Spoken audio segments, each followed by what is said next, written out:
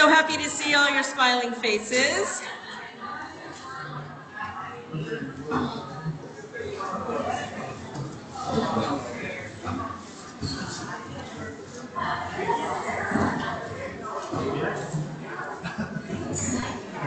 How is everybody today? What? All right. We would like to welcome you. We're going to open the meeting. I have the privilege of introducing the best mayor in the world, Mayor Jim Steiner, who also happens to sit on the Continuum of Care Board of Governance, and he has a few words for us. Mr. Mayor? Thank you. Thank you, Karen. Well, I'm honored to be here to say a few words, and yes, I was recently elected to the Board of Governance, so I'm still trying to get my feet wet a little bit there. I think it's fantastic that you guys do this once a year in-person meeting. Karen says most of the COC meetings are via Teams, and I do think it's important to get together once in a while, especially before the holidays, and kind of have your little therapy sessions together and all the things you're going through and how thankless your work is. We need to be in person once in a while. I did hear, Karen Alexander, you're going to take any unopened boxes to Vista Dorado, which was our permanent supportive housing. So I'm sure there'll be some extra food over there. So that's awesome. Thank you, Karen, for doing that. So really, I just wanted to thank you for the partnerships that we've created. It's in Corona, we couldn't do what we're doing with our homeless situation without help from so many different agencies. And it's just so critical that we work together, leverage off each other, and let's not duplicate efforts, especially with the times that are coming up with funding being pulled back from us. We're already experiencing ourselves in a few crosshairs that we haven't been in before when it comes to some of the people that we can't help because of funding. So I just want you to just always remember that. We know that every person in this room has an incredibly huge, compassionate heart. But we also have to know that we can't help everybody. There's not an unlimited supply of funds. So we have the cards that we've been dealt, and let's just work together to try to help as many people as we can. But the key is let's lean on each other during these tough times. And really, every one of us needs to be a therapist for the other person because it's pretty rough out there. So thank you again, and wish you all happy holidays, and thank you for having me, Karen.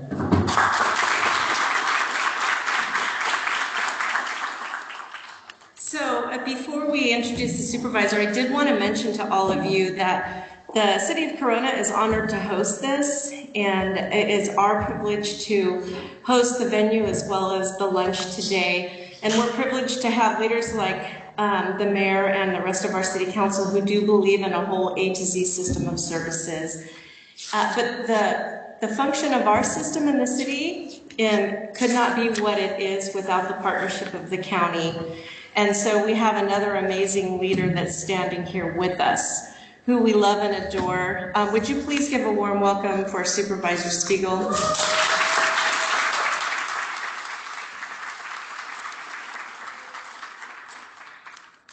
And yes, Jim's done an okay job as mayor.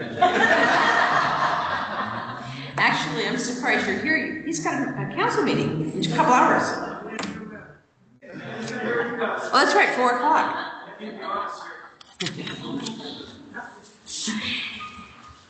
Partnership, leadership, nonprofits, veterans. I can go on the list of how everybody is so intertwined. And the key word is working together.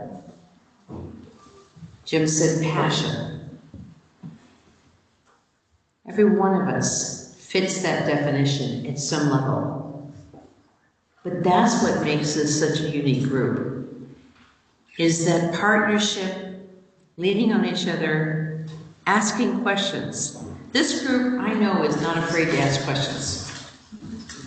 But you can go to a lot of organizations that they're afraid to ask because you're on a mission to get a job done. And if you don't know the answer, you're going to find the person.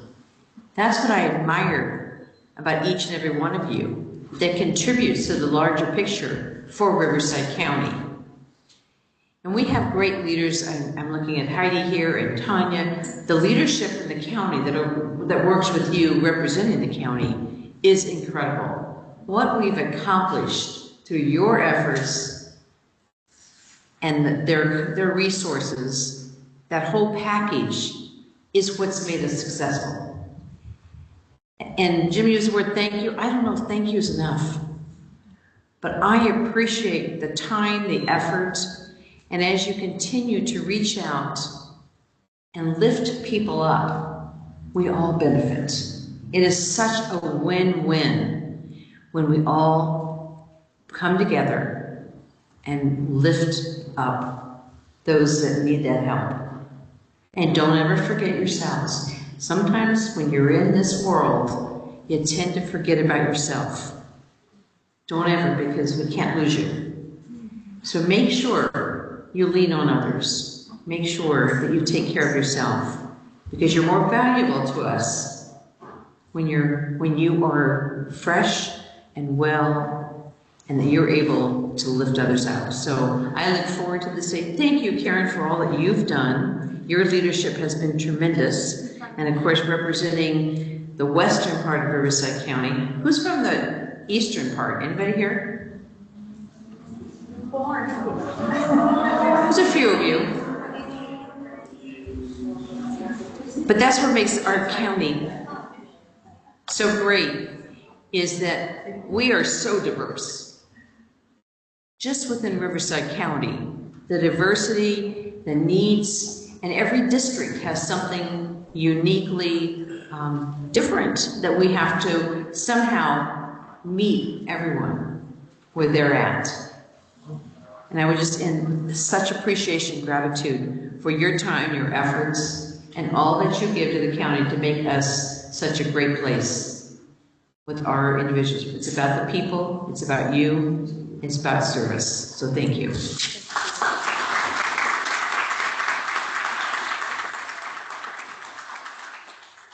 Other things that I wanted to mention, since the City of Corona is hosting today. In the back, I think I see our Police Department HOPE team. That's Homeless Outreach Psychological Evaluation team. And they're here with our partner, CityNet. Demona, raise your hand, and she has a whole team. And it's a great model of our nonprofit partner, CityNet, that conducts outreach and engagement to those that are on the streets through our police department. They are a police department of compassion. We're very blessed to have them. It's a great best practice model. We want to welcome you and thank you for the amazing work that you do, because you are the entree into the whole system of care that we have the privilege of working together with. So we just give you a big shout of applause and say thank you for your great work. Also, if you guys will allow me, I'd love to be able to say thank you to my team who did a lot of the behind the scenes work to organize everything. So if I can have April Nunez, Vanessa Medina, Jennifer Munoz, can you stand up, raise your hands. That did a lot of the planning for the organization of this room and ordering all of the food. And then also to acknowledge, we have Karen Alexander, who's with Mercy House, and I think Charles Chapman. Did I see you, Charles, the director? They are here. They're a big part of our partnership. And Karen oversees our what's called Make It Cozy warehouse that has all the home furnishings for folks that are moving into permanent housing. She's the one that's going to take, and the mayor mentioned we were going to take those box lunches to Vista Dorada. It's a beautiful partnership with the county. And it's just an example of how we have an opportunity to continue to show the love to people that are in permanent housing. It doesn't end in housing. So with that, we're going to jump into the agenda. Let's see. So roll call. Ms. Zuli, do you want to mention, because we have people that are online that could have logged in to sign in, and then also at the front desk. QR code right here for us to sign. Oh, okay. So for those of you that are voting members, you can use the QR code. Make sure that you go ahead and sign in so that, because we do have really important action items today, and Tanya is going to be talking about some of them. So please, if you're a voting member, and also, do we have people online that are listening in? To those of you, say hello to everybody that's online. Give them a welcome. Sorry you couldn't be here with us. We'll have an extra lunch for you guys, okay? Okay, at this time, we're going to receive public comments. Zuli, did we receive any written comments? We did not. Do we have any members from the public that would like to make a public comment? Okay. Hearing none, we're going to move to activity 1. How many of you got both of the, I should have grabbed, hand me those. Is this the first one? Yeah. Okay. Actually, I just want to make sure you got both for the activities, because we do have activities, and the winner, there will be prizes. I think Miss Tanya and her team. And Tanya also has a whole team here too, which Tanya, when you can acknowledge them. But we are going to have our wonderful vice chair, Michelle Davis from the City of Riverside. I think Michelle is going to lead us in activity 1. Is that correct? Okay. Did you want me to leave this up here for you? Yeah, I can leave that one up. Okay. So as Karen had stated, everybody should have got a bingo card. If you did not, go to the front table and grab one. As the presenters are speaking throughout the meeting, if they say a phrase word that's on the bingo card, please cross it off, and the first person that gets bingo, yell out really loud, bingo, and you get a gift card. I won't tell you what it is, but that will be the activity number 1, and I'll cover number 2 later in the agenda. Okay.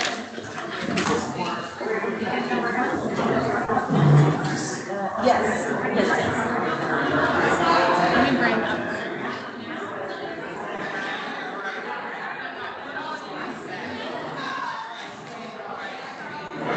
All right, good afternoon. I'm excited to see that you guys are already getting started with the activity. For those of you who do not yet know me, my name is Tanya Torno. I'm the Deputy Director that oversees our Office of Homeless Services under the county's Housing and Workforce Services Division, and I am going to provide you with an update on our annual impact report. But before I do that, as Karen mentioned, I wanted to take time to recognize people from our team that are here and that have been supporting the continuum of care today, but certainly all year long, to support your meetings and participate in technical assistance calls and ensure that we can really continue to maximize on the number of people and services that we help and support in our region. So first and foremost, I wanted to acknowledge our director, Heidi Marshall, who is here in the room. She definitely drives our organization with such great passion, and above all, always reminds us to keep our eyes on the person that we are serving. I also want to acknowledge Greg Rodriguez, who is also a member and board secretary of the Continuum of Care. I want to acknowledge Rashana Walker, who is our newest manager, overseeing all of our different programs, but not new to the team. She has been here since our department was formed. I also want to acknowledge Zuli, who is our COC coordinator and handles all of the different logistics. And then we have an amazing group of people over here on this team. Gina Morosco, who oversees our Housing Authority Frontlines team that's on the ground and going everywhere to serve people in need. We have our data and research team that is led by Natalis and Lizzie, who is part of this team and is the reason that we're able to report out on such great factual numbers here in a couple of minutes, as well as our fiscal manager, Brenda Trahan, who keeps us in line, make sure that our funding gets spent in the way that it should. So for those of you with fiscal inquiries, Brandon is the person that you can see before we end today. I also want to acknowledge Amy Primrose. She is an incredible leader, comes to us with a lot of passion and knowledge on this subject. And then of course, James Moore. You know James Moore, you probably have encountered him personally because he still loves to drive directly to your agencies to get your signature on all of your contracts. We love him, and hopefully, I know there's others, Nathan, our communications officer in the back who's helping us videotape, but if there's anybody else that I missed from our team, please raise your hand. Mar is incredible. She's doing check-in, but leading all of our youth homeless assistance program efforts. So again, thank you for being here today. We're excited to spend some time with you, and I'm thankful to the city of Corona for making this possible.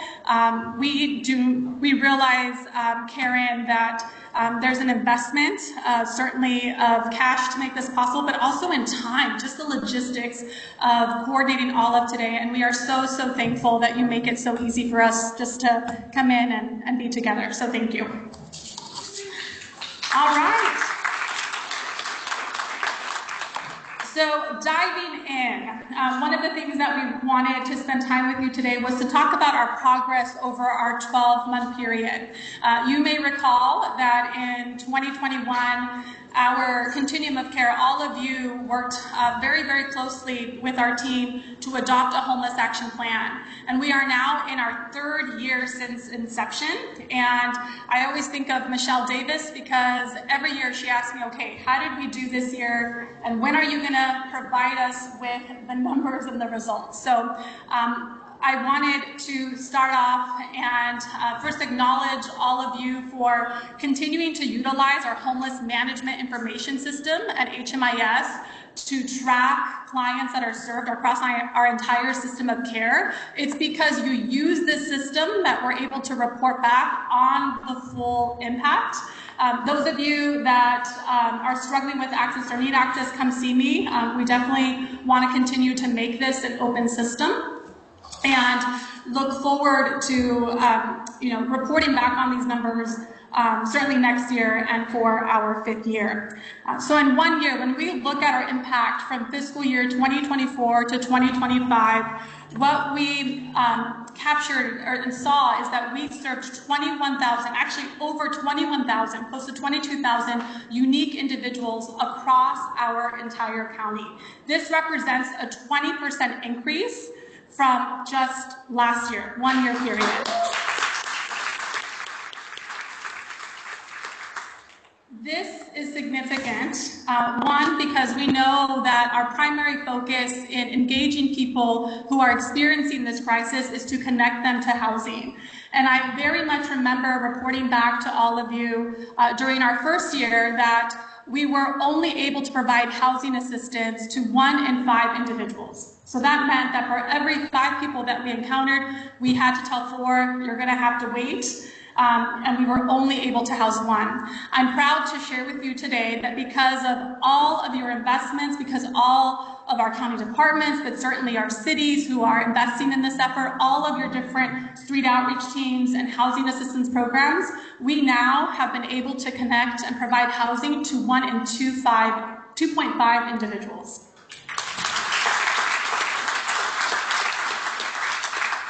And those connections are long lasting. We continue to monitor our progress to see, once we connect people to housing, what is the outcome 3 years later, and our data continues to show that nearly 80% maintain that housing. So that's huge, and that's because your case managers are doing home visits, you're connecting people to employment, you're connecting them to cash benefits like Social Security that they need. Now with the partnership of our managed care plans who are here in this room, we're connecting them to enhanced care management, hopefully I'm saying it right, and other community supports that they need. We're connecting them with behavioral health and substance use treatment and mental health treatment. We're connecting families to daycare services so mom and dad can go out and work a full-time job.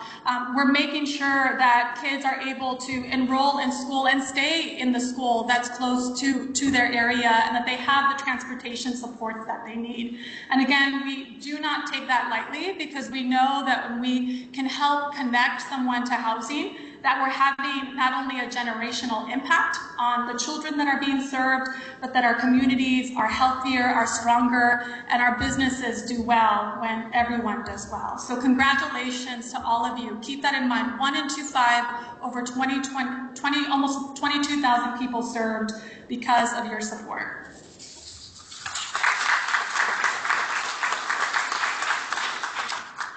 I want to share with you that I think part of our success has relied on making changes to our system. You are not a continuum of care that stays silent. You are not a continuum of care that is content with the status quo. You stay busy with us. I almost said you keep us busy, but no, you are staying busy with us. In times of emergencies, when we have flooding that's going into all of the different riverbeds. If you remember, there was a time where we primarily focused on the Santa Ana riverbed. Now we're touching riverbeds all across our region. We're in the Murrieta Creek Trail, thanks to the leadership of Supervisor Washington's office.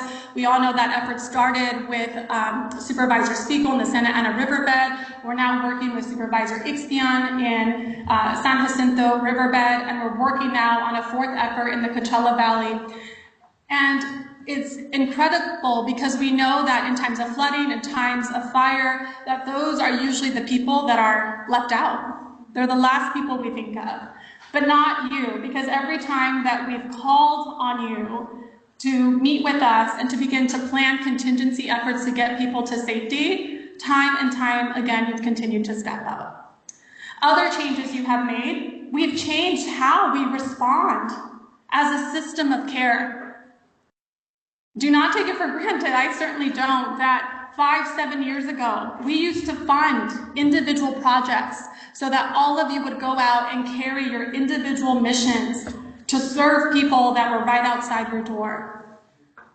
We no longer function that way. Certainly you help people outside of your door, but we are now working together to cover regions. And the Pathways to Home initiative is one that I know Carol, one of our other Board of Governance members sitting in the back, is very, very proud of, that ensures that any provider we fund to carry out street outreach services and those that have emergency shelter, run emergency shelters, are working together. So if we have one, or if, as an example, if Faith in Action finds someone, they can coordinate with any of our shelter providers to say, help me get them into housing today, so that person no longer has to wait. And then again, as a result of feedback we've received from our shelter providers like Path of Life, who have said, we have people sitting in our shelter that don't have exit destinations, who we don't have resources for. We now have facilitated connections through those same contracts to make sure that they can connect to rapid rehousing and permanent housing. It's a system of services, in large part, that we mirrored from good, I think of Karen Roper and City of Corona, and took this model countywide. So I want to acknowledge you and recognize you, because it's each of you who are giving us feedback, who are telling us where the gaps in the system currently exist, so that we can work to solve those. And it's because of that now we are building out this youth homeless system of care that I know so many of you are proud about, and allows us to have specialized services that, again, 5 years ago, we put a lot of pressure on Operation Safe House to help us with this crisis. Now we have a myriad of other providers that are coming alongside us, like Silence Aloud, RUHS Behavioral Health, Path of Life Ministries, who are all working together with us to make that possible. So again, congratulations to you. This progress is in large testament to the work that you're doing. And so in summary, if we advance to the next slide, I wanted to provide you with a snapshot of our progress across the last year. We made a goal that we wanted to house more people. We wanted to provide more housing to people then we had new entries into homelessness, and I want you to know that we're currently meeting that goal. We are on track. The second goal that we set was to reduce the length of time that it takes for people to get help. And we've done that. We've had a 27% reduction across our system of care.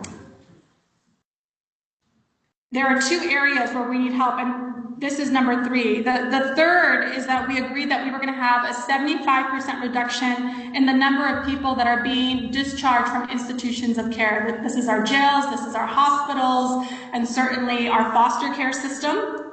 The good news is we've seen a reduction of 17%. But we really should be at 50% today. So in the upcoming months, and certainly in the upcoming year, we're going to be working with all of you to look at this more closely and see what we can do to scale that success. 4, we agreed to increase the number of homeless and shelter beds across our entire region.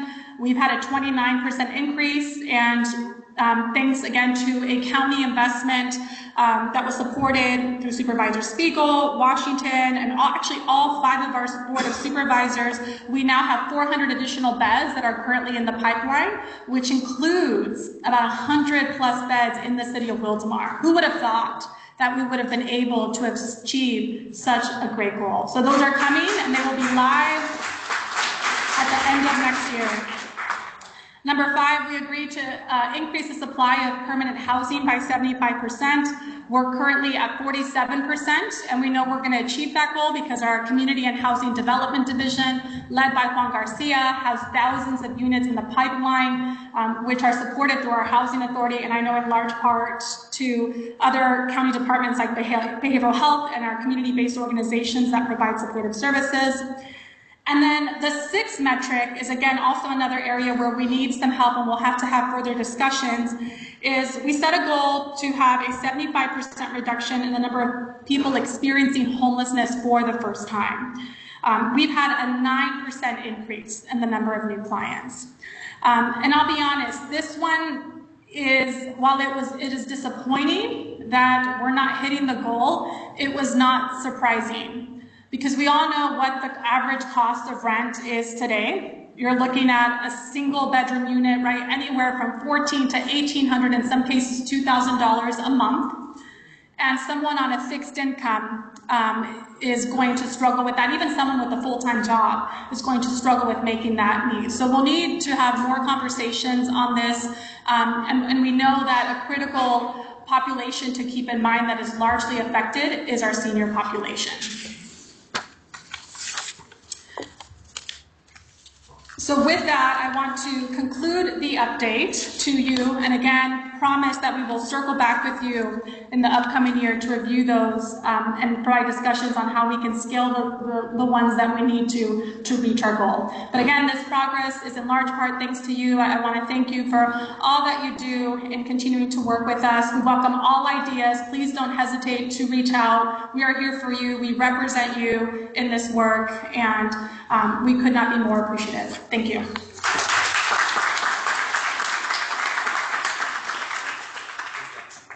Okay, were those statistics amazing? Yes. And do you feel that there is far-reaching collective impact? That you think about everybody collectively helped to achieve all of those outcomes, right? So today we're reflecting on accomplishing a lot as a region, and I want us to be excited about celebrating the moment, because I want to encourage us also to be mindful that we are heading into a little bit more of a challenging season. And so when you head into a challenging season, sometimes the challenges can overshadow all of the good that's happening around you. And so I hope when we move into the time to break bread together and have networking, that you can share with your colleagues who are sitting at your table the things that you're happy and excited about, but don't be afraid to talk about some challenges and to lean on each other's shoulders. I'm going to give you an example. Daryl has been a good friend of mine recently. He and I were talking about a situation that we have, and our mayor alluded to it. Our system of services was very robust. We were used to saying yes to everybody. Between the money that the city had invested in CityNet and Mercy House, we helped so many people. And we use our home tenant-based rental assistance funds to do eviction prevention, as well as housing, getting people out of shelter into housing. And I was on the phone with Daryl. I don't know, have you ever had your lips start quivering and you feel something is welling up in your throat like you're going to break out in tears? Or is it just me? Am I the only one? It was like not a planned conversation, but I explained to you, and you were such a good friend, that we reached capacity on our tenant-based rental assistance program, and we have people that are contacting us that are needing assistance to prevent eviction, as well as trying to get more people into housing. And while I was talking to him, I literally just started crying. It was the most embarrassing thing. And you were so gracious. We talked about, you know, the region that we have. So why am I telling this story to you? Because, you know, the challenges, sometimes it can just eat at your soul, because you're here because you care about people. And, you know, we can't always help everybody, but we need to be able to not let the current challenges overshadow all of the good that we're doing, and we're doing a lot. So I hope you will not be afraid to make yourself vulnerable, to share a challenge that you might be going through, that another colleague can encourage you, and to never be afraid to be vulnerable because you care about people. And so I just want us to remember that. The other thing too is we are going to be heading into maybe leaner times with funding. Is that a fair assessment? Greg, would you? Greg, yeah. Greg and I were talking about this before the meeting started. Those of us that have been in the trenches for a long time know that things are cyclical. And so as we move into, have you ever heard of feast or famine? Just remember that things are cyclical and to not forget that, okay? And again, Daryl, thank you for being a friend. I just want to say it was just great to have a moment with you, and I hope you guys will do the same thing. We are going to, we have lunches in the back. It's actually an early dinner. There's all kinds of goodies. I think, April, didn't we get extra goodies like cookies and brownies and stuff like that too? Yep, so feel free to help yourself and have networking amongst yourselves. And then I hope you will not just take a moment to have conversation with those at your table, but those that are all around. Because now is the time for us to get to know one another face to face, because aren't we mostly always remote? Our vice chair, do you need to talk about the next step? Yes. Okay, she's going to tell you about the next game activity. We're actually, Karen, we're actually going to bump it up. So we're going to do it after the meal, but being that everybody's going to be interacting with one another, we thought we'd do activity number 2 while you're eating your meal and interacting with other folks in the room. So the next activity will be to find somebody who you know. So the first, for an example, find a person who works for the Riverside County. So identify that person and write them in the box. So once you fill all the 6 boxes, you can yell out, "I found everybody in my boxes," and we'll come in to provide you with the gift card that you'll be presented with. So we'll go ahead and kick off the meal. Do you want to start off with tables, Karen, or do you want to just everybody? Nope. So let's eat and break bread together. Did you guys like the food? Yeah. All right. I hope you guys got lots of goodies to eat. While we're waiting on the games, you know, we mentioned that all that food that's being loaded up is going to our Vista Dorado Permanent Supportive Housing Project. And while we do have a partnership with HWS, who helped to finance it, we also have a partnership with County Behavioral Health. And Marcus and his team are on site there 5 days a week doing an amazing job providing supportive services to all the residents. It is a 53-unit permanent supportive housing. Marcus, thank you and your team for all the work.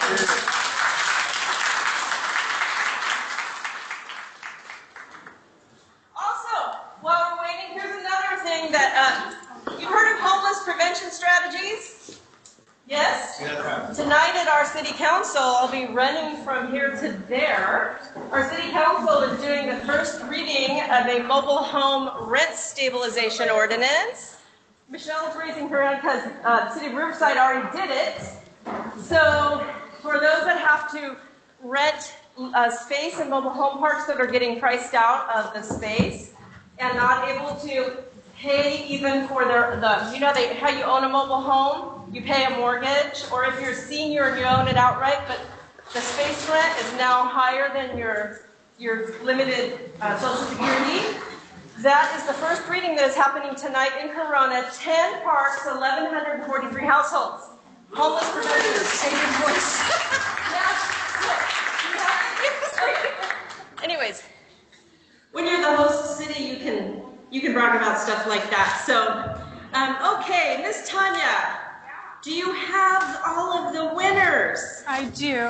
Okay, so you guys were listening to all of our key words.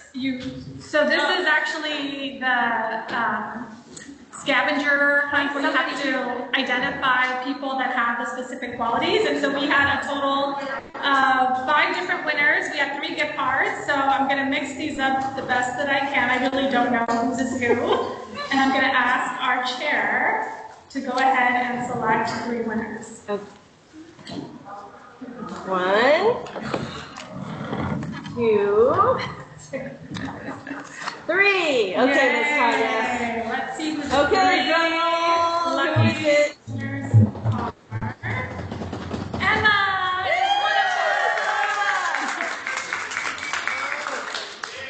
Did you all know Miss Emma is serving in Community Action Partnership now? How many of you didn't know that?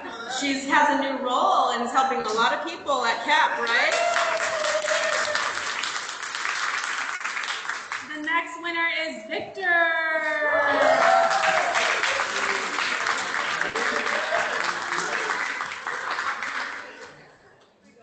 And this one, you guys are all special, but this one in particular is for Sister Casey.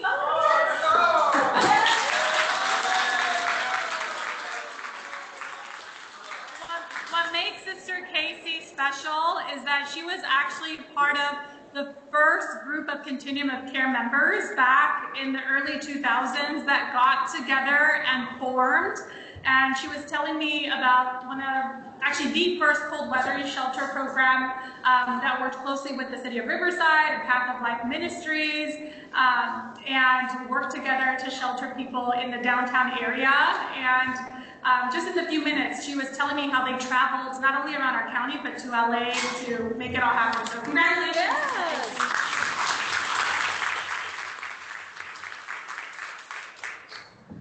And what about the other game, Miss Tanya? Not yet. Okay, so we don't have bingo yet? Oh, we do have a bingo. Okay, should we wait? You have to have the whole card. The whole card. I better get the game to make sure I say key words.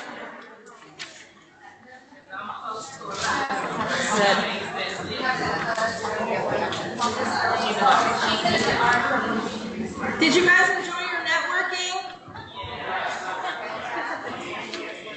Okay, so we have some important action items on that we need to support Tanya and the team. They have to move fast and furious. And so, let me see. Did I skip out of order here? Oh, sorry, hold on. Let me see. Oh, Miss Rashana? And Tanya. And Tanya. Okay, it is what we need action on, right? Yes. Okay, so something dropped from somewhere. Do you know what it was? The NOFA. Didn't it drop from HUD? And so these 2 ladies are here to tell us about exciting changes and what is next. All right, take it away, ladies. Thank you, Madam Chair. Good afternoon, everyone. How's everybody enjoying this today?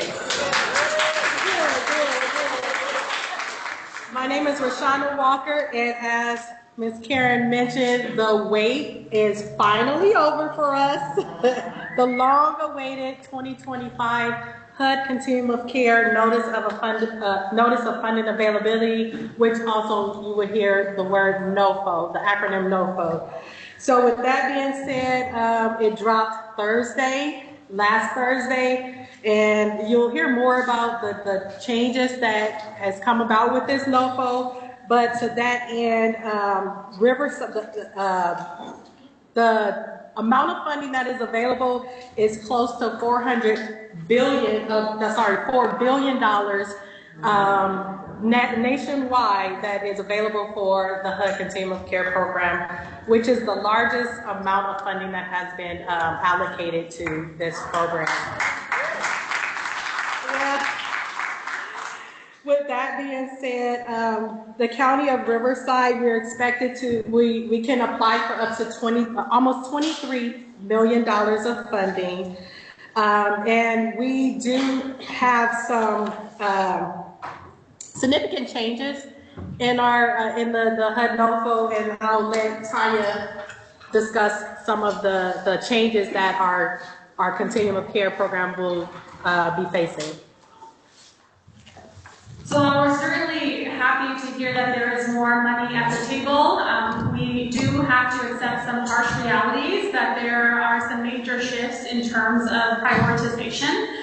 And we recognize more than ever that as we work through this application together, that it's going to be important that we remain united in our approach. And our intent for today is to provide you with some basic information. Know that we are convening with other continuums of care across the states and certainly across the nation. We also understand from HUD that additional briefings will be held. So we don't necessarily have all the answers to our questions today, but we wanted to invite you to a special Board of Governance meeting that is scheduled for next Monday, where we intend to have a fuller conversation and work with the board to plan for our strategy. So please accept this as a personal invite to join us next Monday for that meeting. An appointment went out to all of you, and if you have not received it, please come see me.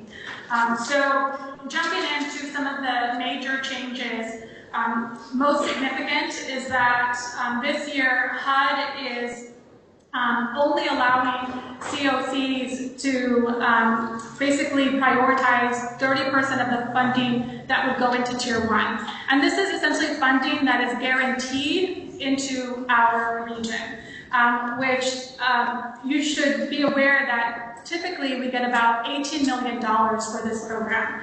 And due to fair market rate adjustments, which interesting enough decrease in our region, we are seeing a slight reduction down from 18 million now to 17 million. And so we understand that we're really only guaranteed about $5.2 million of those resources. So that is a significant shift from previous years where we were guaranteed 90% of funding. So again, it does not mean that we can't compete for the full, what we call annual, or HUD calls annual renewal demand, or the $17 million. It just means that it's going to be highly competitive, and we're going to walk you through what some of those changes or priorities that HUD has set are. Second is that there is a major shift in terms of prioritization. In this room, in this space, we all recognize the importance of permanent supportive housing and rapid rehousing, which are critical tools, critical interventions in our toolbox that we use to help people that have a physical, mental health, or substance use disability. HUD is now looking to prioritize transitional housing programs that serve people at a 2-year time cap, and are working with those individuals to reach a form of self-sufficiency. And they are targeting providers that have experience administering transitional housing programs. So while it's an open application, there are significant points for providers who have experience running these types of operations.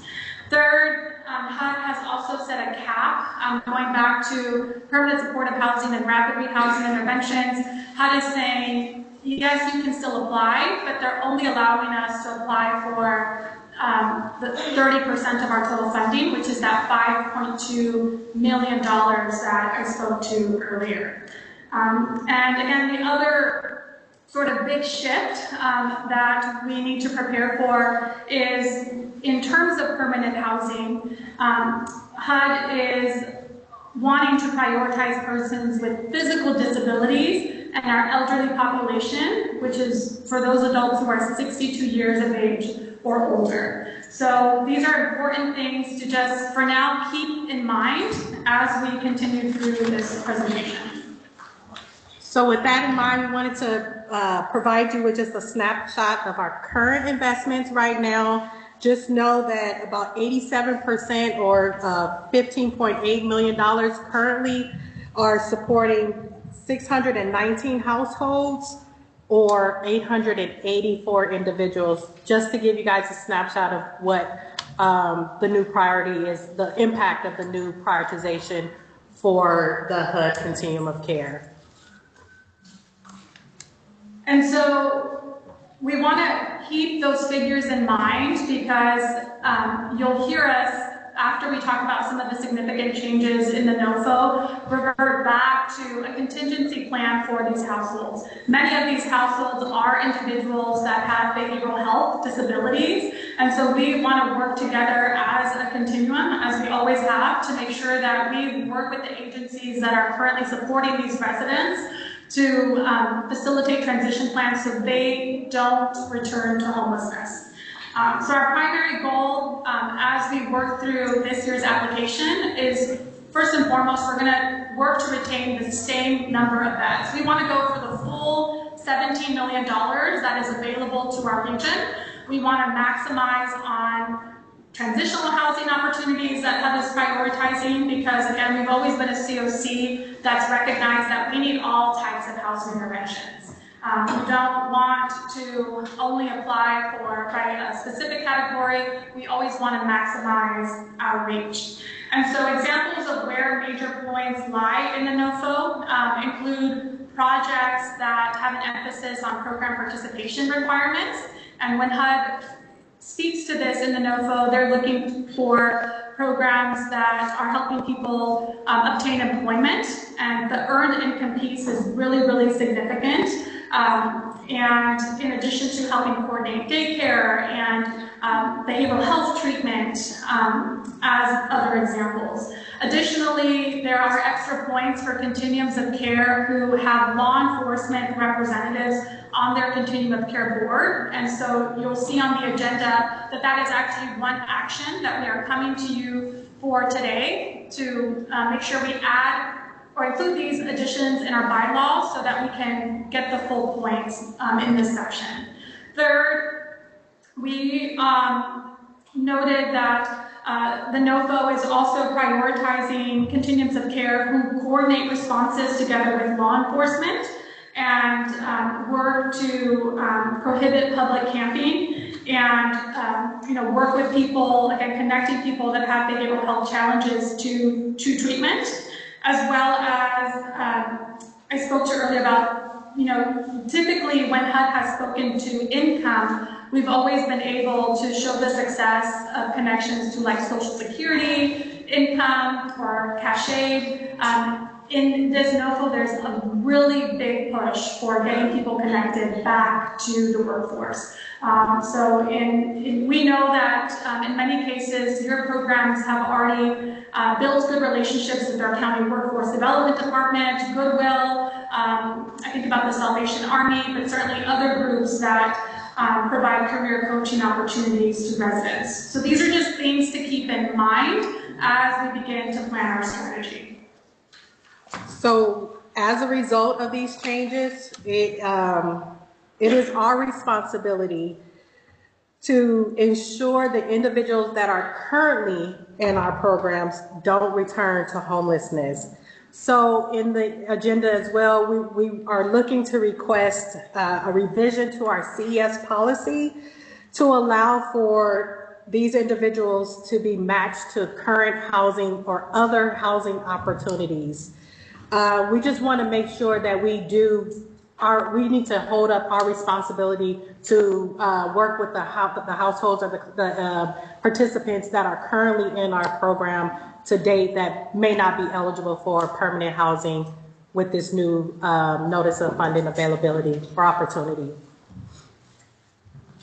And again, just emphasizing that even though there's a shift in priorities, a shift in the types of housing assistance that will be prioritized, our goal is to still bring down or attempt to bring down the same amount of resources and hopefully support the same amount of beds that we have. Because we know that doing so or not being able to achieve this goal is going to impact our ability to sustain some of the figures that we shared in the beginning, right, that have been in large part have led to our success. And as part of this prioritization policy that we're going to be asking you to support, keep in mind that part of the beauty that I think we have, because we are so united and we essentially coordinate county dollars with Continuum of Care dollars, with even dollars that come through to the city of Riverside as part of our state HAP allocation, that we're going to be looking to this pool of resources to make sure that, right, we're working as closely as possible with people that are currently in housing to make sure that they don't fall out. So just know that that's going to be really, really important. We know it's important to you, it's important to us, and we're actually beginning those calls with sub-recipients today. So in terms of a timeline, as you heard earlier, the NOFA was released last Thursday. It is due to HUD on January 14th, which means that we're going to be working very aggressively through all the holidays, right, that come in this season. And again, as a reminder, we want to invite you to join us at the Special Board of Governance meeting on Monday. In closing, I wanted to just share that, like you, we have been very united in our advocacy. If you haven't already plugged into the National Alliance to End Homelessness, we want to encourage you to join their listserv. There are many briefings. There was one today, and there are surveys in which they are looking to collect feedback so that they can take that up to our federal representatives. Additionally, we have participated in different cohorts across our state. In fact, we jumped on a call just last Friday with our Southern California COC providers to talk about our shared strategies so that we're all working together to try to bring the best resources to our entire state. Because as we've learned, right, homelessness is not static. If one area of another county falls short, then we're going to feel the impact. So it's really, really important that we stand united together. Third, we've prepared talking points and shared those with our federal lobbyists to communicate concerns to congressional representatives. And then Greg Rodriguez from our government affairs team has been working closely with the Corporation for Supportive Housing to advocate against some of these no-vote changes. Know that those advocacy efforts are still underway, right? There's a lot of movement, there's a lot of action, and you've probably seen that if you follow the National Alliance to End Homelessness. And so we're keeping abreast of those, but also, right, recognizing that we cannot miss this important deadline and that we need to get a strong competitive application in to make sure that we get the resources that we need. And so that is the presentation that we have for you today. I'll have Zuli pull up the two motions that we're requesting for the Continuum of Care to approve. And certainly Rashawn and I will remain up here to answer any questions that you may have, of course, that we will do our best to answer. Thank you. Yeah.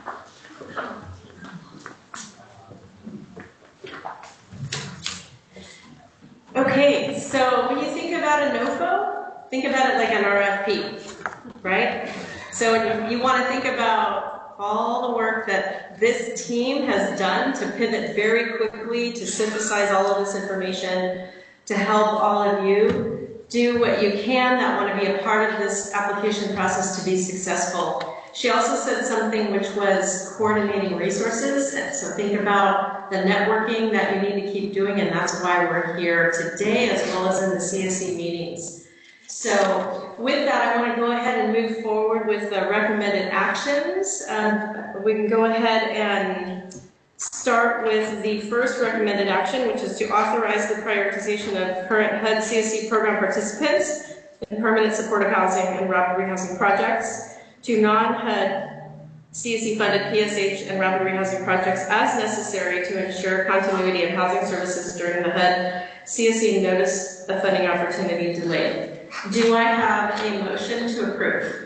Michelle? Okay.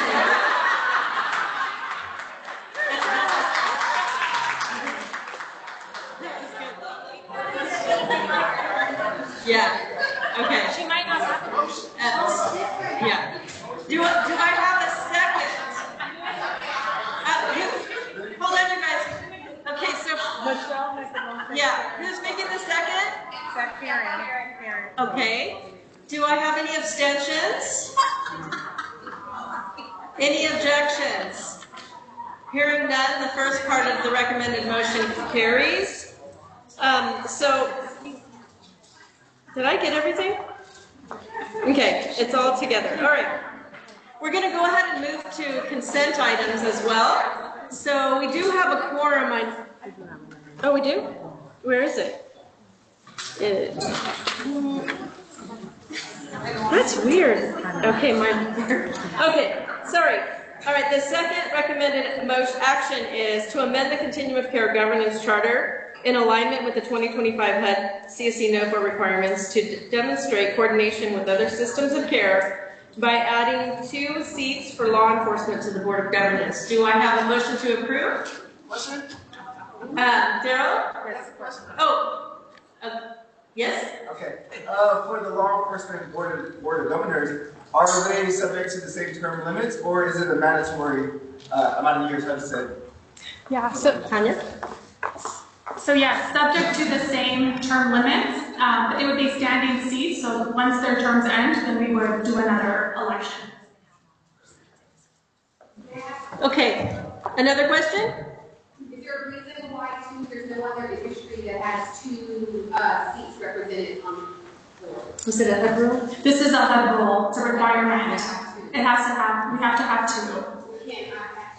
Can we add 2 for every other industry within our organization to make sure there's equity among industries? I think that's definitely something we can note and have a discussion with the Continuum of Care on at a future meeting. Yes.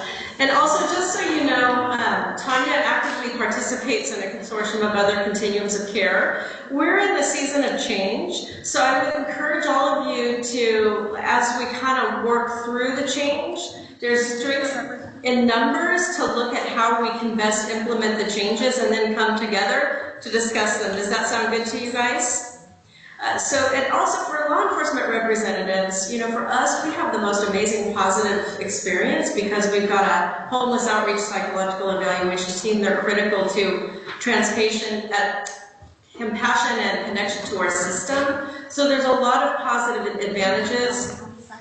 Yeah, and the county has a hot team too, right? I mean, there's many. Michelle's has great. So it's a good opportunity to engage an important stakeholder. How's that? Okay, so I want to go ahead again. Did I have a motion to approve, Michelle? Do I have a second? How about Karen over here? Okay, so do I have any abstentions or objections? Hearing none, the motion passes. Did you have a question, Karen? No, I'm sorry, I just would like to go on there. Oh, no, I'm sorry. I thought Karen, I know who you are, Claire. I thought Karen had her hand raised. She wants to abstain. Oh, you, okay. Object, okay, so she is abstaining, so for the record. Okay, thank you. This is good. Yeah. Sorry, we can't hear her. She's objecting. Okay. And this is important for all of us to have a voice regarding policies. Claire, thank you. It's very important. We appreciate it. Okay, so we're going to go ahead then and move to the next item of action, which is the consent calendar. Do I have a motion to approve the October 22nd Continuum of Care meeting minutes?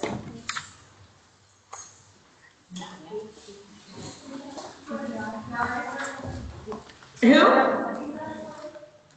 Did you hear that, Julie? Okay, thank you. And do I have a second? Carol Alba is the second. Do I have any abstentions? Or objections? Hearing none, the item passes. Okay, at this time, we're going to have, the next agenda item is the Continuum of Care Awards. And I believe we have the esteemed Director of Housing and Workforce Solutions, along with Ms. Tanya Torga, to come forward.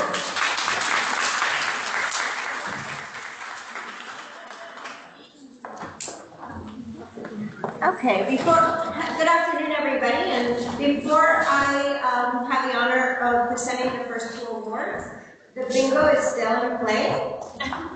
So, I haven't heard anybody say APR, but I just dropped it.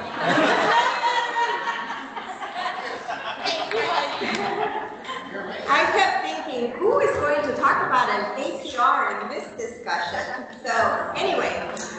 It is my honor to join you here this afternoon. I look forward to this gathering, mostly because I get to spend time with all of you.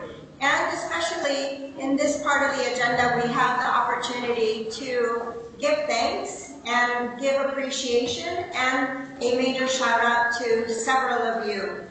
We really wouldn't be here today if it wasn't because you all have stepped up and decided that you want to make a difference in the lives of our fellow men and women who live in Riverside County along with us. And it is through the work that each of you do that we know that our neighbors get to have an opportunity to lift themselves up and become part of the community that they are already a part of, but in a healthy way. And ultimately, that is all that we are here to do, to make sure that we all have those opportunities and that we have a Riverside County that we can all be proud of. And I know, because I've worked with all of you for 25 years, and I know that you truly care about the humanity and making sure that we're there for each other. So I really appreciate all the work that you do. And with that, I want to start off this presentation by talking about two incredible leaders. You've already heard from both of them today, Karen Roper and Michelle Davis.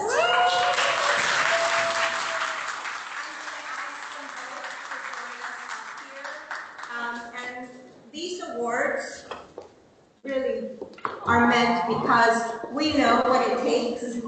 You heard all of the reports from Tanya and Roshana and the rest of the team. Those results are not by accident.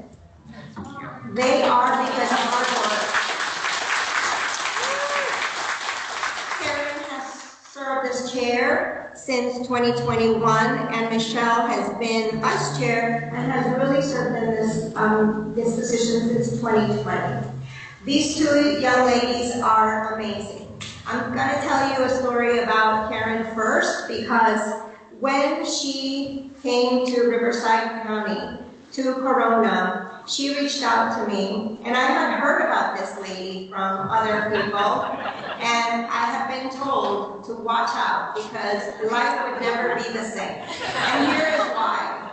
She came to me, and within the first few minutes, I learned that she had spent 30 plus years in a career in Orange County, serving as the lead for all homeless and housing efforts there. She had retired, and then the city of Corona, great move by the way, brought her back. She left retirement and as a volunteer started to do the very work that she continues to do today. She has since taken over as director and manager and really the lead of all housing efforts in the city of Corona, and has managed to partner also with Norco, where she resides, and has. Yes, you represent Horstown well. And has taken it upon herself to make sure that every one of our 28 cities in Riverside County is aware of the homeless action plan that you all adopted, because it matters to her that all of us are getting our fair share. She doesn't, yes, she's a representative of Corona, but as chair, she has looked out. I have seen her because she has joined us at all of these meetings, looked out for every single city in our county, and for that I am grateful. But in addition to that professional role, if you haven't heard about her personal, very close family member of hers and how this deeply affected, homelessness has deeply affected her family, please ask her, because there's a reason why she's so passionate. Michelle, likewise. I have had the pleasure of working with Michelle for 25 years in various capacities. I first got introduced to her when we started working on HOPWA, Housing Opportunities for Persons with AIDS, in addition to a host of other housing programs. And Michelle is a consummate professional. She absolutely made sure that we never put our programs at risk. And yes, it takes passion, it takes grit, but it also takes that we send those reports, that we're always making sure that we're filling our programs, that we're helping every single person that we can, so that no dollar gets left behind. That is who you have. These are the two people that you have leading the Continuum of Care, and for that we are deeply grateful to the both of you.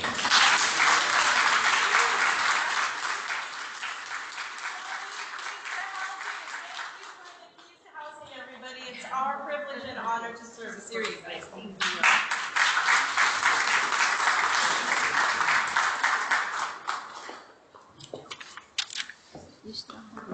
She did this on purpose because last time she gets flowers, I give them to somebody else. So she did this. All right. Before we go on to our next, the next individuals who will be recognized, and I'm just curious, how many of you guys will be going to the Longest Night event in a few weeks? Bingo! Joining us? Fairmont card. All right, Emma, your gift card is right there.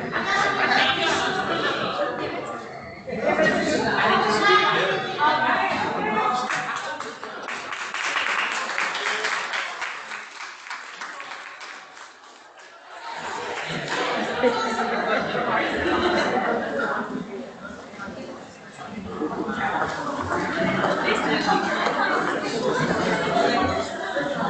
All right. So this is the second year that as a Continuum of Care, you have voted to honor an individual, an agency, and a young adult who has been so dedicated in helping us against this fight against homelessness. And so a few weeks ago, we started taking nominations, and wow, Zoe, how many names did we receive? Probably over 20 to 30 individual names from people who nominated, many of you in this room, others that are not here, to receive the Homeless Leader of the Year award. And I'm going to ask for your help in doing a drum roll.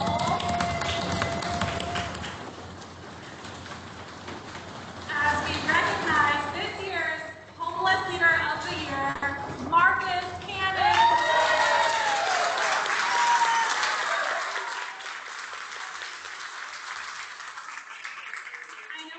Representatives from Assemblymember Jackson's office, Daryl Fry, if you want to help us come up, as well as a representative from Senator Sabrina Cervantes' office in the room.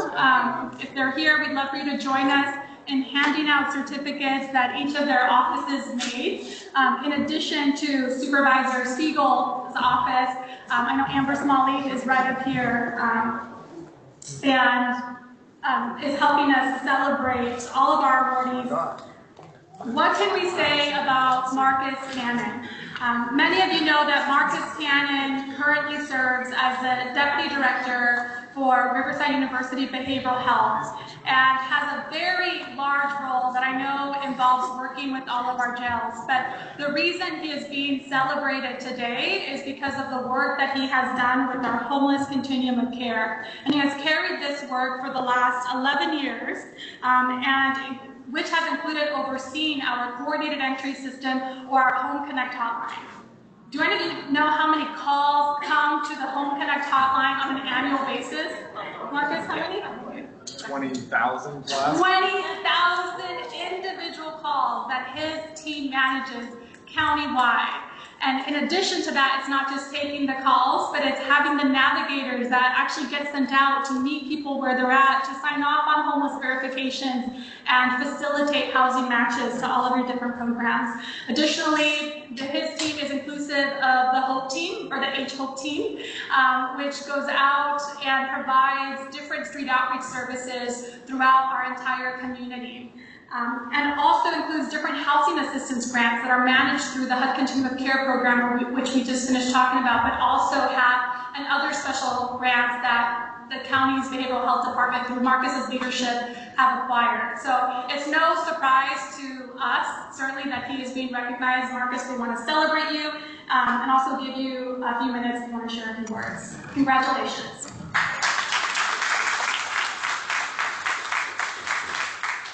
Well, thank you so much. This is a huge honor and very unexpected, and I'm still kind of in shock looking at these proclamations. But I think Mayor Steiner said it when he was up here at the start of our meeting today about in these times we all need to be each other's therapists. I'm a licensed marriage and family therapist, and I support this message.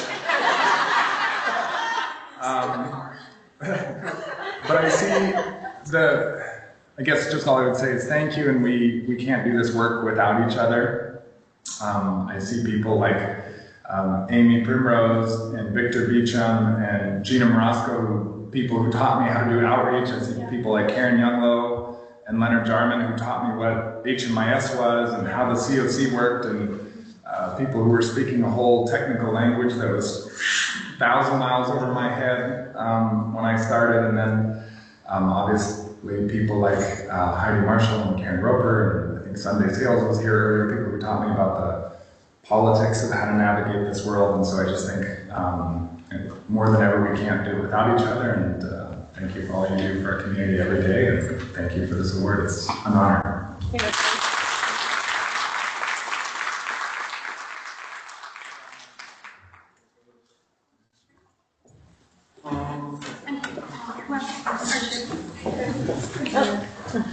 Cheers. Yeah, we gotta get the boss. Come on, boss. I'll stand with you guys. You guys can squeeze in a little bit. All right. And one. And two. And I got it. Thank you. Thank you.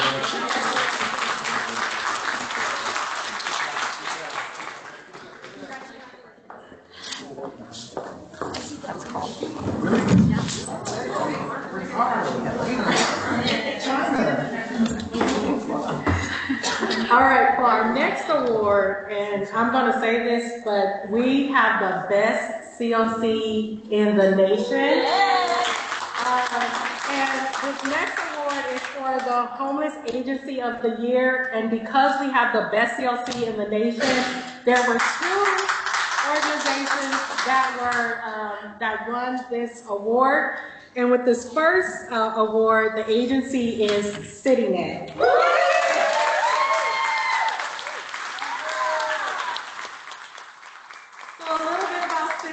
They were formed in 2003 and administers various housing programs across the state. Locally, they hold agreements with the County of Riverside and several local cities, and they lead with compassion and motivation in every area of our county. I see that van everywhere I go throughout San Jacinto, Riverside, everywhere that you guys are at, and this is a testament to all the work that you do, all the great work that you do throughout our county. So congratulations to City.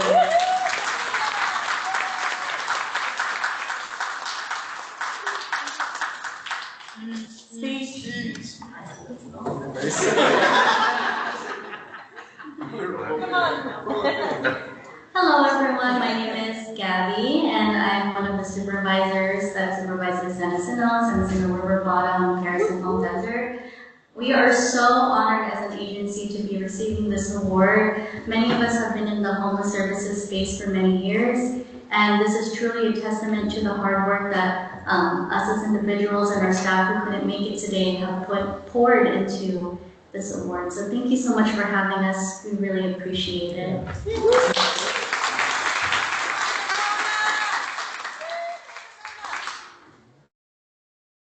Hi, my name is Damona Barlow, and I am proud to say that I am the supervisor for Corona and Norco contract at CityNet. And I just want to say it's an honor and a pleasure to be here, and I love CityNet, and I love Corona and Norco.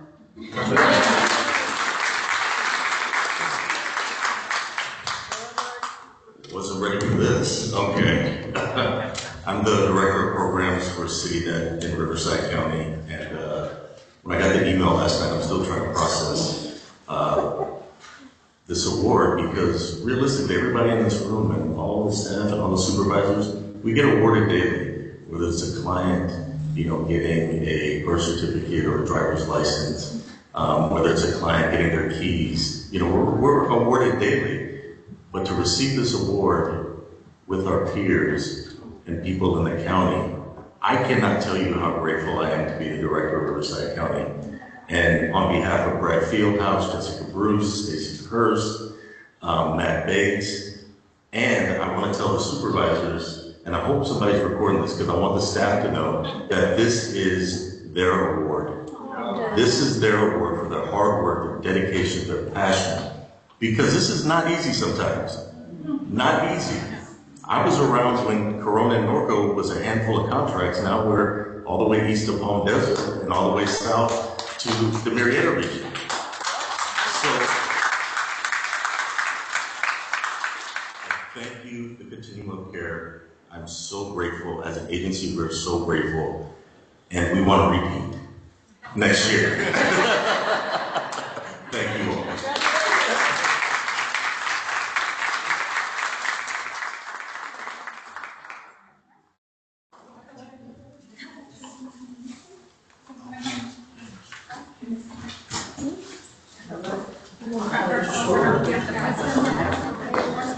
I gotta be behind the moment.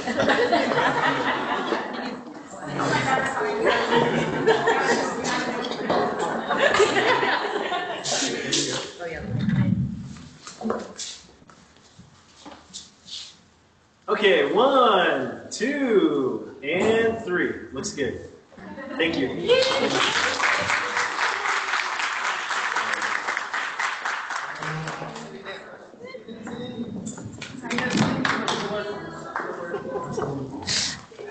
As they leave, I really mean it when I say we have the best COC in the nation. Just a couple of weeks ago, we were in DC at a conference, and they actually was like, I believe we have Riverside in the room. So we're shocked, but we're getting recognized all the way in DC. So we truly have the best COC.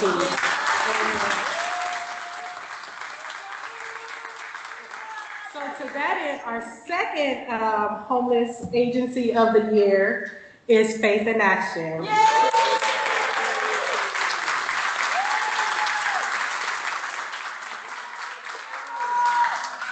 As they come up, I'm just going to share a little bit about their organization. They were formed back in 2007 and are primarily located in Banning, where they serve as a critical lead agency in responding to homelessness in the region. In addition to carrying out street outreach services, they operate a navigation center, which includes employment resources, access to computers, and assistance to navigate government programs.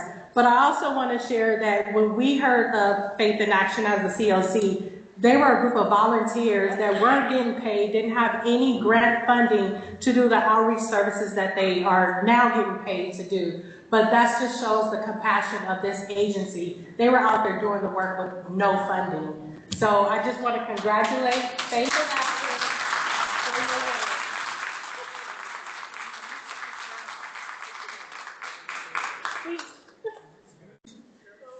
I'm not a very good public speaker, but I do want to let everybody know that I don't think this would be possible without the tremendous support we get from all of the people sitting up here through the Continuum of Care.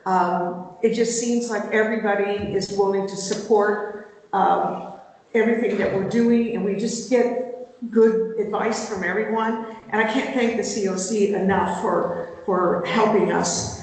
We are a very small nonprofit, and I know it's got faith in the word, but we're not a religious organization. We are a community-based grassroots organization, and I feel like sometimes a little engine that could, you know, it's like you just got to keep chugging, and you just never know if you're going to make it to the top. Well, things like this are little pushes, and it means everything to us that you're doing that.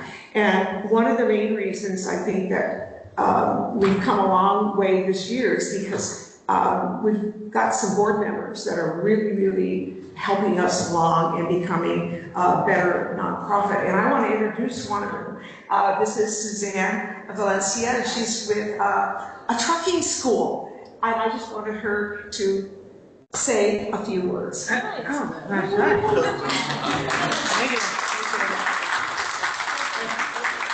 Well, it's all Carol, to be quite honest, because she dragged me into this, so here we go. You know what, actually, I barely came into the nonprofit sector maybe about a year and a half ago, and most of my life I've actually worked with homelessness to try to help as many people as I could, and I didn't realize that these rooms existed. And so, yeah, about a year ago, I met wonderful Carol here, and she talked me into becoming a board member because I saw the need. I saw the need in the community. I saw the need. Whether it's homelessness, whether it's reentry, whether it's disabilities, they need our help. And so it's just wonderful to see this. I'm so excited to be a part of a team that truly cares, because we do want to make a change in our community, our county, and our state. Thank you.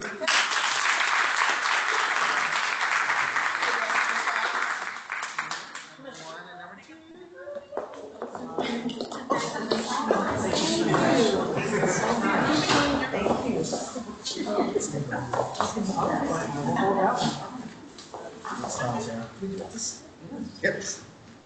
Squeeze it a little. Squeeze. All right, 1, 2, 3. Awesome. Thank you. Thank you.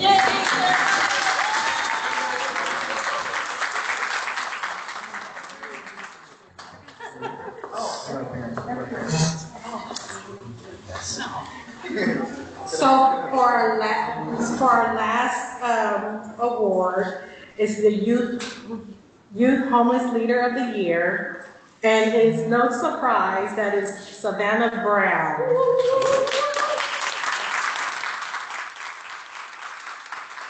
And as she come up, Savannah she serves as our Youth Action Board Chair, leading the group of young adults who assisted in helping our youth system of care, and she currently works at Silence Aloud, a community-based organization in Moreno Valley, which is also a YCP HUD recipient.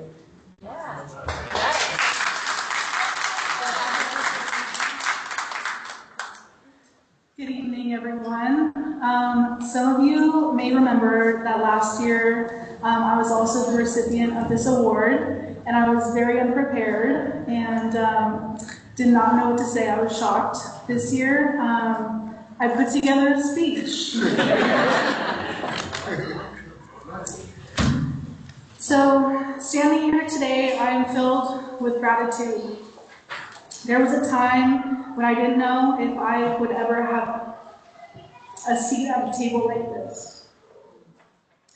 When hope felt distant and opportunities seemed out of reach. At 18, I became homeless. I was working 2 jobs trying to survive and wondering in life if life would ever get better. There were nights I questioned my worth and my future, but because of the organizations and individuals who believed in me, I'm here. You saw potential in me when I struggled to see it myself, and for that, I will always be thankful. I love the work that we do, not just because it changes lives, but because it reminds us of what's possible when we come together. Serving our communities is more than just a job, it's a calling. Every time we collaborate, every time we network and share ideas, we create ripples of change that go far beyond what we can see. We are building bridges for those who need them most, just like someone built a bridge for me. And to my peers on the Youth Action Board, thank you. You have been my teachers and my supporters. You have helped me grow into someone who not only dreams of change, but works to make it happen. I've learned resilience, leadership, and the power of using my voice because of you. And together we've proven that young people can lead, inspire, and transform communities. As Maya Angelou once said, I can be changed by what happens to me, but I refuse to be reduced by it. That quote speaks to resilience, the ability to rise above circumstances, and keep moving forward. It's what brought me here, and it's what will carry us all to continue this work. But this work doesn't stop here. My call to you today is this: keep showing up, keep speaking up, and keep reaching out to those who feel unseen and unheard. Use your voice, your skills, and your passion to create spaces where everyone belongs. Change doesn't happen by accident. It happens because people like us refuse to give up. Never doubt that a small group of thoughtful, committed citizens can change the world. It's the only thing that ever has. That's us. That's what we're doing, and together we will keep making a difference. Thank you from the bottom of my heart for believing in me and for believing in this mission.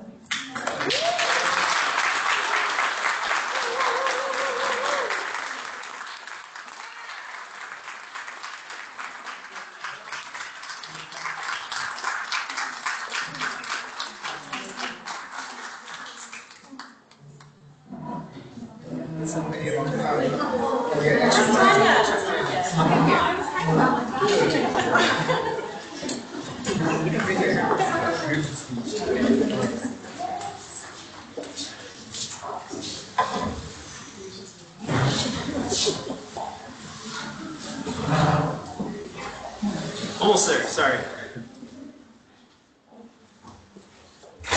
Smiles look great. Get up. 1, 2, 3. Thank you.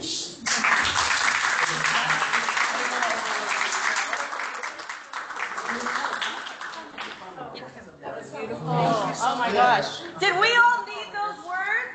Oh, come on. Give it up again. Wow. We have two more individuals that we want to recognize before we conclude our program for today.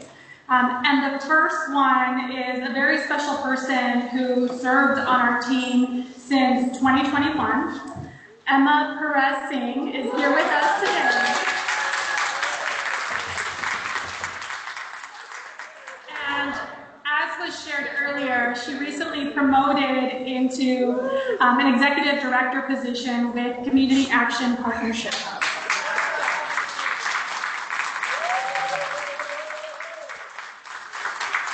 We were literally fighting over who was going to be able to do this. So it just, I think that alone shares, it says a lot about how special Emma is. She joined the COC in 2021 when we literally had a fourth of the resources that we have now. And I think inclusively, all of our team members will say that what brought Emma to us was certainly a superpower because, right, everybody knew that we needed an Emma, someone with an innovative spirit, a great determination to help us lead the continuum of care. Our $20 million budget, probably a lot more less than then, quickly jumped into what now is $120 million of different homeless assistance grants that again are carried out by all of the organization, but in large part because she always sought out new grant opportunities, which included our Prop 47 grant, all of our encampment grants. There was never a grant opportunity that came out where Emma did not say, we need to go for that. And she made it happen. So I cannot tell you enough what she has meant to our team, what she has meant to me, and for you, Emma, we are ever grateful and wanted to make sure that we did not end it without celebrating your success and the success that you have helped us achieve. Thank you.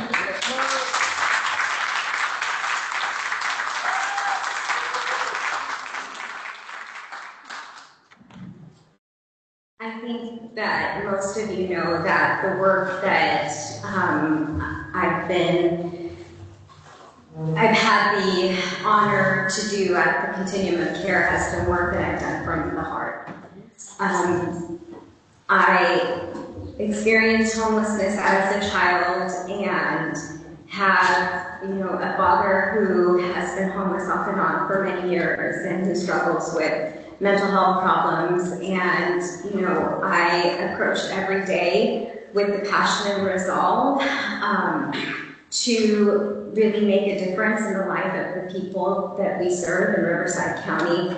And I was blessed enough to be able to serve alongside a group of amazing people. Every single one of them really bring their all to the work that they do every day. And thank you so much. This recognition means the world to me, and these are happy tears. I hope to be able to continue to further the work of the Continuum of Care through my new role. I look forward to continue to work with every single one of you, and thank you so much for this recognition.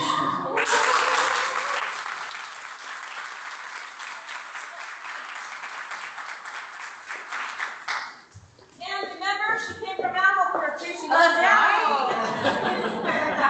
She had a big impact on the Continuum of Care supporting animals.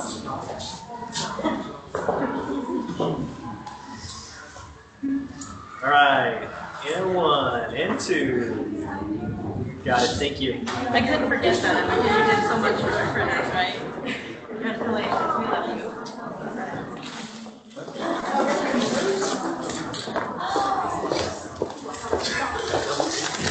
All right, one more special person that we wanted to recognize. And that is Sunday Sales. I hope she is still in the room.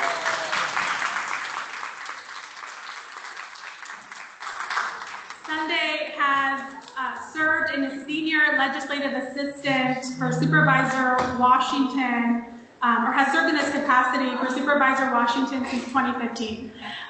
She is going to be retiring from this role in a few weeks on December 11th. And I just knew how important it was for all of us to come together to recognize her. Sunday has been a part of our Continuum of Care since the very first day that she joined Supervisor Washington's office. She has been at every single meeting. So you can imagine when we used to have our in-person monthly meetings in Banning, she was there. And I know many of you love participating in the multidisciplinary approaches to end homelessness webinars that we put on every single month. Many of you come on to showcase the different programs that you administer. That idea came from Sunday. She called me one day and said, we have so much good work, and we're oftentimes fighting or trying to make arrangements to go to these national conferences.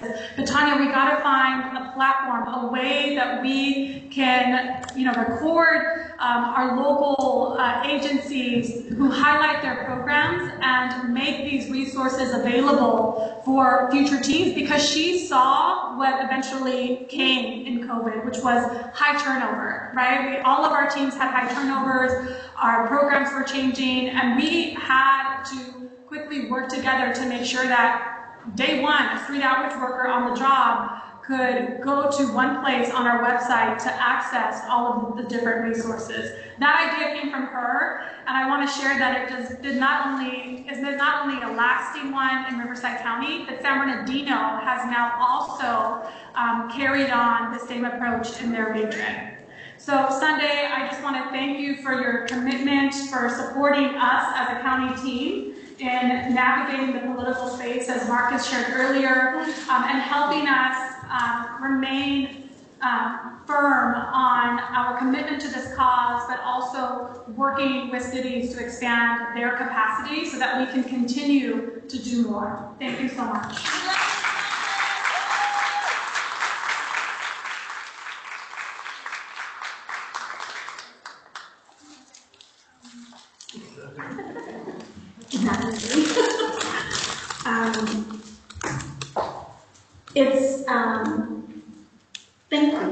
Thank you. And I know the night is spent, so thank you all for just staying here and being a part of today. I remember when the COC was smaller, and the fact that you take the time to recognize all the people and all the work that everyone in here does, I think is amazing because it gives me encouragement to continue on. And the celebration that we do here in the room, it means a lot. Every time you sit at the table and you hear everyone talking about it, we don't take these type of meetings for granted. We take the time to celebrate each other because the wins are what continue to keep us moving forward. I've worked with the supervisors since he was appointed in 2015, and I can tell you, I have learned from the majority of you all in here. And it does take each one of us teaching each other because we never know what morsel the other person will walk away learning just for something that you have said or thought, just a general conversation. And I don't mind asking questions, but I appreciate the fact that you took the time to answer the questions. So for that, I say thank you, and I appreciate the honor tonight. Appreciate it.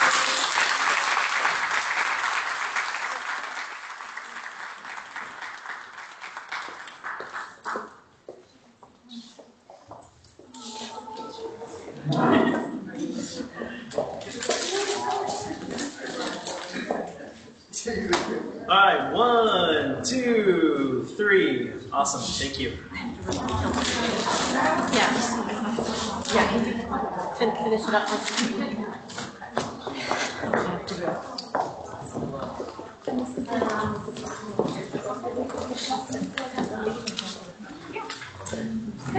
That concludes all of our awards. I'm going to invite our Vice Chair, Michelle Davis, just to take us through the remainder of items in our meeting. Thank you again. We will be with you in spirit, Karen. Moving on to item number 10, call for agenda items for the next meetings. Do we have any call for agenda items? This is where it's always quiet. I think I'm the only one that usually goes, hey! It's always related to data, I'm sorry. Okay, seeing none, we'll move on to item number 11. 11.1, longest night of the year. We have Gershom that will be giving an update on that event. Oh, he's online? Yeah. Good evening. Can everybody hear me? Yes. Yeah. Great. Good evening, everyone. So once again, I'd like to extend an invitation to our longest night of the year memorial, which will take place on Thursday, December 18th from 5 to 8 p.m. at Fairmount Park in the city of Riverside. So we will begin our memorial with the resource fair, which will feature many of our partner agencies providing essential services to our clients and ensuring that they are connected to the wide range of resources available across the county. Our program will run from 6 to 7 p.m., during which we will honor and commemorate the lives lost this year and participate in the ceremonial lighting of the candles. I'd like to, excuse me, I'd like to remind everyone that this is a community event and all are welcome. If you'd like to attend and show your support, I strongly encourage you to join us. Additionally, the RUHS Behavioral Health Clinic in Hemet will also be hosting this event simultaneously, as you can see there on the flyer. So if you reside in that side of the county, feel free to join them as well and show your support and with that gathering. If you have any questions, related to the event, feel free to reach out to me. I believe everybody has my contact information. If not, you can also reach out to us at coc@rifco.org. But other than that, thank you all for your time, and I hope you guys have a wonderful evening. Thank you, Gershom.